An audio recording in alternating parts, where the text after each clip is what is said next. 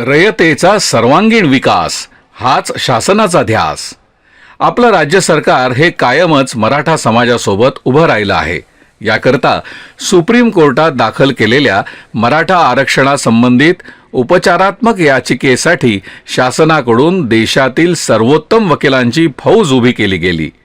माजी न्यायमूर्ती संदीप शिंदे यांच्या समितीनं राज्यातल्या मराठा समाजाला कुणबी, मराठा कुणबी, कुणबी मराठा अशी जात प्रमाणपत्र देण्यासाठी पुरवण्याची वैधानिक आणि प्रशासकीय तपासणी करून पात्र व्यक्तींना जात प्रमाणपत्र देण्यासाठी नोंदणीचा डेटाबेस करून कार्यपद्धती विहित केली, ज्यामुळे जात प्रमाणपत्र मिळणं सुकर झालं।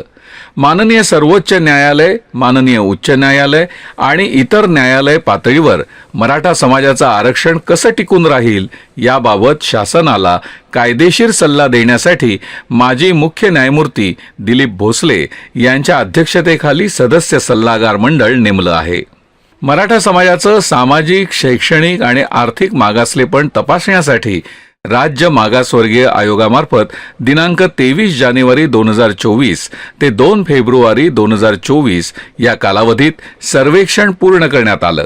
दिनांक 16 फेब्रुवारी 2024 रोजी मराठा समाजाचं मागासलेपण तपासण्यासाठी राज्यभरात घेण्यात आलेल्या सर्वेक्षणाचा अहवाल शासनाला सादर केला गेला।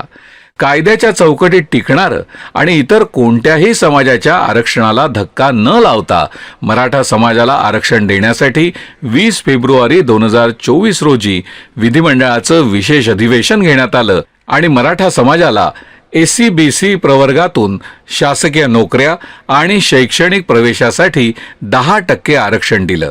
हे आरक्षण 26 फेब्रुवारी 2024 पासून